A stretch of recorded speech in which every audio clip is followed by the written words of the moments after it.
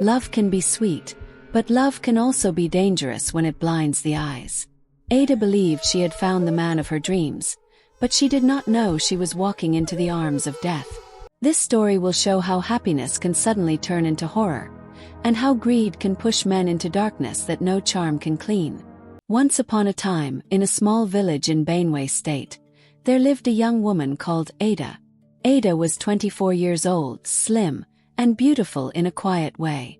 Her skin was the color of warm cocoa, smooth and glowing even though she never used expensive creams. She had big eyes that sparkled when she smiled, and her laughter carried a softness that made people feel peace. Ada was not only beautiful, she was also brilliant. From the time she was a little girl, people in her village used to say, "This girl's brain shines brighter than a lantern in the night." Ada came from a humble home. Her father had died when she was 14, leaving her mother, Mama Ruth, to take care of Ada and her younger brother, Chima. Life was not easy. They lived in a small mud house, with zinc that leaked when rain fell. Sometimes they went to bed hungry, but Ada never complained. Instead, she worked hard in school, studied late into the night with a lantern that smoked the walls black, and helped her mother sell foodstuff in the village market. Her mother often said, "Ada, my jewel, education will open doors for you. Don't give up. Your father may be gone, but God will not leave us empty." Those words carried Ada through the hardest times. And when she graduated with good grades from the university, she dreamed of a new life. She dreamed of the big city, of wearing fine office clothes, of walking into tall buildings with glass doors and air conditioners. Most of all, she dreamed of helping her mother and brother escape poverty. One hot afternoon, Ada was sitting under the mango tree beside their house when her phone buzzed. She opened the message and her heart jumped. It was an offer letter. She had gotten a job in Abuja. She screamed, danced, and hugged her mother. "Mama, we made it. Our story has changed." Her mother's eyes filled with tears. She held Ada close and whispered, "God has remembered us." That night they cooked rice, even though it was just a small pot, and neighbors came to celebrate. Ada's joy was pure. She felt as if heaven had opened its gates for her. 2 weeks later, Ada left Benue with a small suitcase. Inside it were her best clothes, a Bible her mother had given her, and a notebook where she had written her dreams. As the bus drove into Abuja, Ada's eyes widened. She saw roads wide like rivers, cars that shone like mirrors, and tall buildings that touched the clouds. Her company gave her a small apartment, and though it was modest, it felt like a palace compared to the mud house she had left behind. Ada worked with all her heart. She was humble, polite, and always ready to help her colleagues. Soon her bosses noticed her. Life began to change. She could now send money home, buy her mother wrappers, pay for her brother's school fees, and even save a little. Happiness covered her days like sunlight. One Sunday morning, Ada attended a church not far from her apartment. After the service, as she walked out, a young man greeted her with a smile that was too perfect, too practiced. "Good morning, sister. My name is David. I haven't seen you here before. Are you new?" Ada smiled shyly. "Yes, I just moved here. My name is Ada." David was tall, handsome, and well-dressed in a crisp white shirt. He carried a Bible under his arm, and his voice was calm and smooth. He looked like the kind of man every girl's mother would pray for. From that day, David began to show interest in Ada. He called her often, prayed with her, and even visited her at work to take her to lunch. Ada, who had never been in a serious relationship before, felt butterflies in her stomach each time she saw him. David's words were sweet. "Ada, you are different. I see a future with you. I want to be the man who makes your mother proud and your heart safe." For the first time in her life, Ada felt truly seen. She began to believe she had found love. But not everyone shared her joy. Her best friend Michelle, who lived in Abuja too, pulled her aside one evening. "Ada, I don't like this David. Something about him feels too smooth, too shiny. Be careful." Ada laughed. "Michelle, you worry too much. He prays, he works, he cares for me. What more can I ask for?" Later, her mother also gave a warning. One night on the phone she said, "My daughter, don't rush. A man who talks too sweet sometimes hides bitter secrets." Ada brushed it off. Love had made her blind. One day, as she walked home from work, an old woman sitting by the roadside called out to her, "Daughter, shine your eyes. Not every man who carries Bible carries God." Ada was unsettled for a moment, but then she shook her head. "It's nothing," she told herself. "Just an old woman's rambling." What Ada did not know was that David was not who he claimed to be. Behind his sweet words and Bible verses, he was a fraud, part of a secret group of greedy men who hunted young women for rituals. They had been watching Ada since she started working. They knew she was innocent, humble, and trusting. Perfect prey.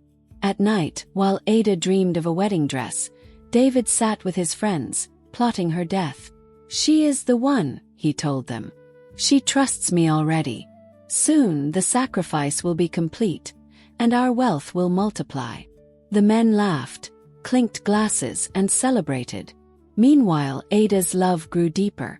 She prayed with David, cooked for him, and even began to imagine what their children would look like. She wrote in her notebook, "My dream is complete. I have a job, a home, and now love." One evening, David knelt before her with a ring. "Ada, will you marry me?"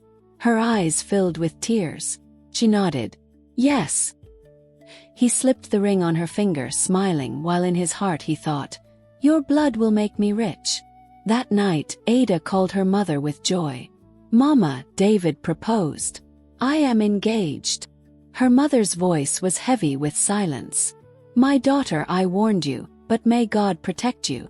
Far away, David's friends sharpened their knives, ready for the day they would take Ada's life. The story of joy had already begun to turn to smoke. When Ada said yes to David's proposal, her world sparkled like sunshine. She told Michelle, who forced a smile even though her heart was uneasy.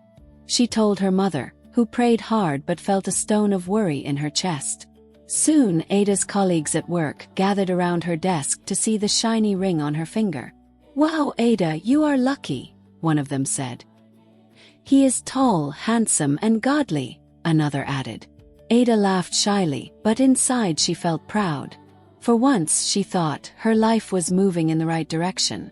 She believed her days of suffering were finally over. At home in Bainway, Mama Ruth cooked pounded yam and bitterleaf soup for the villagers who came to congratulate her. "My daughter is getting married to a fine young man in Abuja," she said, though her smile carried hidden tears.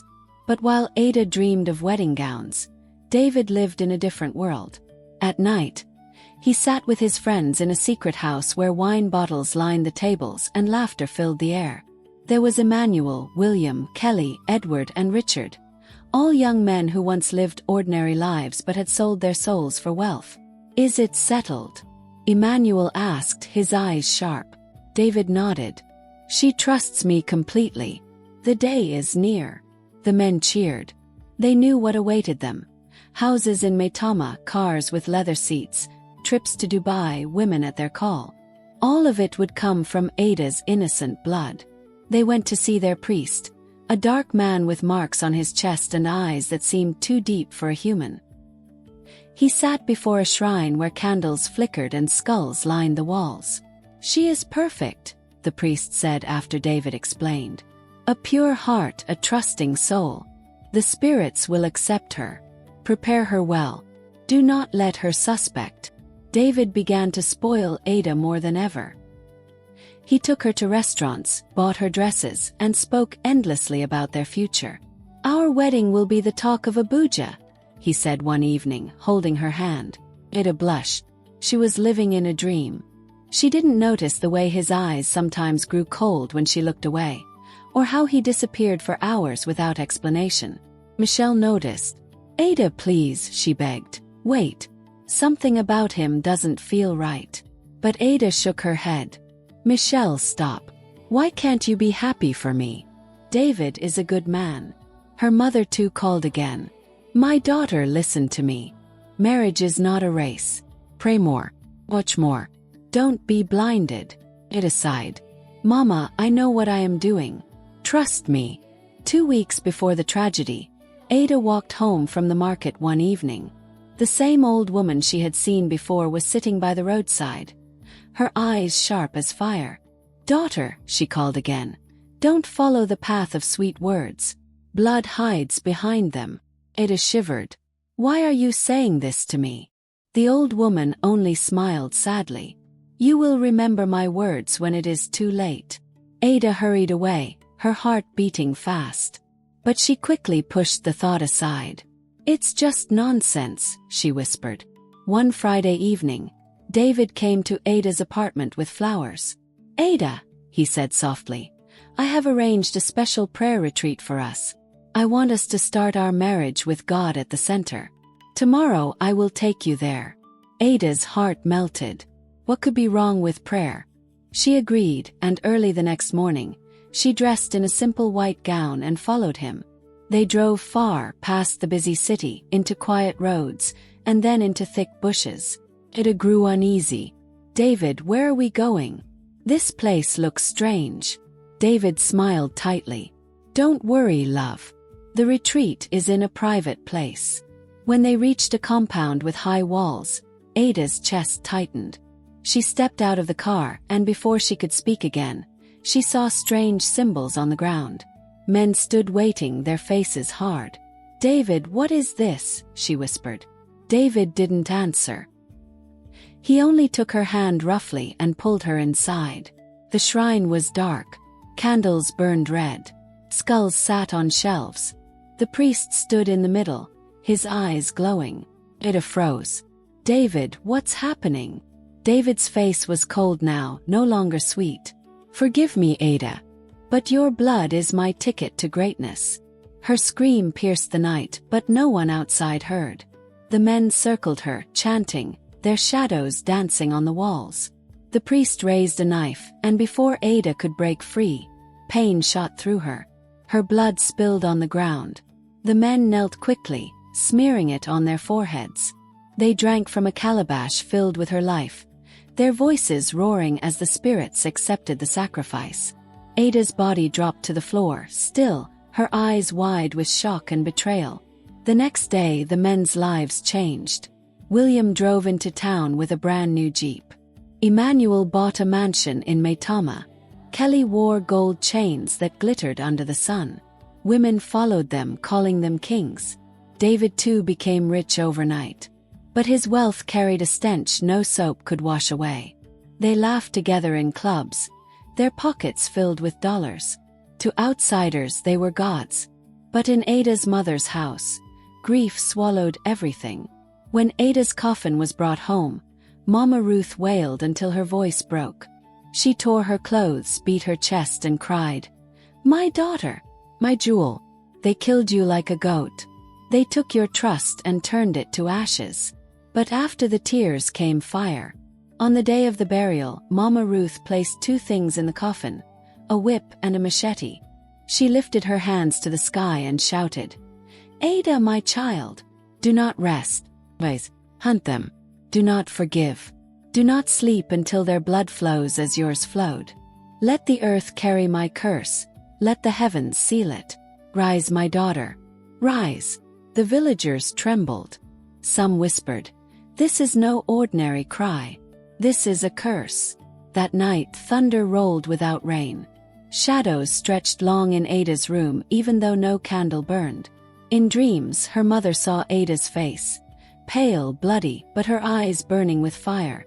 In Abuja, William celebrated in a club. Music boomed, lights flashed, and women danced around him. He lifted his glass, laughing. But suddenly the lights flickered. The music stopped. Cold air swept through the room. William looked up and froze. Across the dance floor stood Ada. Her white gown was stained with blood, her eyes black and hollow. She smiled, but it was not a human smile. "William," her voice echoed. "Did you miss me?" He dropped his glass, screaming. The crowd rushed out, but William could not move. Ada's spirit walked toward him, whip in hand. The next scream that tore from his throat was not heard outside the club. The next morning, William's body was found in the club, torn apart in a way no one could explain. The police called it madness, but David and his friends knew better. Emmanuel whispered, his hands shaking, "She's back." David's heart pounded. For the first time, the mask of confidence broke. Fear entered his soul. Ada was gone, but Ada was not finished. When blood is spilled unjustly, the earth remembers. When a mother curses with tears in her eyes, heaven listens. Ada's killers thought they had won, but they were wrong. This is the part of the story where shadows rise, where fear eats the heart, and where no amount of money can buy peace. After William's brutal death in the club, the men could not sleep. At night, they heard footsteps when no one was there. Their dreams were filled with Ada's voice, calling their names. Shadows moved in their rooms even when lights were on. Emmanuel tried to act strong. "It's just fear. Nothing more." But his lips shook as he spoke. Days later, he entered his car to drive to a meeting. As soon as he turned the key, the radio came on by itself. A woman's voice filled the car, Ada's voice. "Emmanuel." He froze. Sweat dripped down his forehead. The rearview mirror showed her sitting in the back seat, her dress soaked in blood. "No!" Emmanuel screamed, opening the door to escape. But the locks clicked shut on their own. Ada's spirit leaned forward, her eyes burning like coals. The next sound was his own scream as the car spun and crashed into a wall. When people pulled him out, his body was shredded as if claws had torn through him. Kelly was next. He was driving a brand new Mercedes at night, laughing with two girls. Suddenly the headlights went off. Darkness swallowed the road. "Ah, what is this?" Kelly muttered, trying to fix the lights. The girls screamed. Standing in the middle of the road was Ada. She raised her whip, and the car spun out of control. The next morning, only the wreck remained. Kelly's face was twisted in fear, his body broken. Then Edward fell. He tried to fight back with charms. He wore rings, tied red cloth on his waist, and visited native doctors. "No spirit can touch me," he boasted. But Ada came anyway. One night, neighbors heard the sound of a whip cracking again and again. By morning, Edward's body was found in his room, striped with deep marks as if beaten by an invisible cane. His charms lay scattered, powerless. Terrified, the remaining men, Richard and David, ran back to the shrine. The priest listened, his face grave. "She is too powerful," he admitted. "Your sacrifice gave her pain instead of peace. Her mother's curse gave her strength. Only two things can stop her: blood for blood or marriage to her spirit." Richard shouted. "Then let's kill someone else." The priest shook his head. "No. The spirits want her justice, not another's blood." Fear turned them against each other. Richard whispered, "David brought her. It's his fault." David snapped, "We were all part of it. Don't blame me alone." But Ada's spirit was listening. One night, Richard woke up to feel cold fingers on his neck. Ada's face hovered above his, smiling that dark smile. Before he could shout, the fingers tightened. His scream ended in silence. Now only David remained. David could not eat. He could not sleep. His mansion smelled rotten though it was new. His skin began to peel. His money felt like poison in his hands. Everywhere he turned he saw Ada. In mirrors, in dreams, even in the faces of strangers. Finally, broken and desperate, he ran back to the priest. "I will do it. I will marry her ghost if that will end this torment." It was a night unlike any other. The shrine was lit with hundreds of candles.